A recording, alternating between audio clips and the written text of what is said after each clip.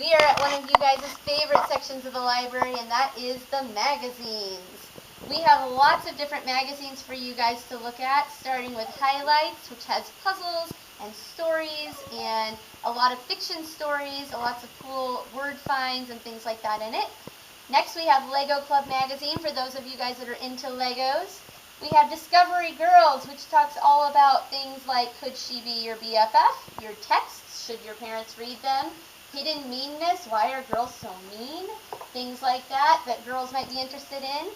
We have BMX Plus, which is about BMX bikes and racing. It has all different kinds of tricks and bikes in it, very cool. National Geographic for Kids highlights different animals and has lots of games and scientific information about the animals in them. Sports Illustrated for Kids, any sport you can think of from baseball to hockey to football to lacrosse is in Sports Illustrated for Kids. Lots of great articles about your favorite sports stars. American Girl magazine is similar to Discovery Girls. This one makes spring smoothies, sneak peeks at movies, 17 cool pick tricks. Lots of cool stuff in American Girl. Owl magazine is about science and social studies, but it's really cool things that you guys would be very interested in.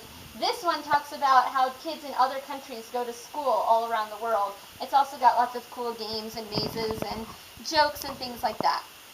Zoo Books is similar to National Geographic for Kids in that it's all about animals. This one says Animal All-Stars.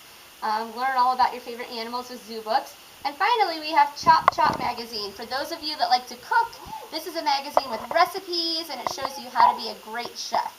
Everybody is allowed to check out one magazine per week from 2nd grade through 5th grade. So if you are interested in a magazine, feel free to come over and grab the best one you see.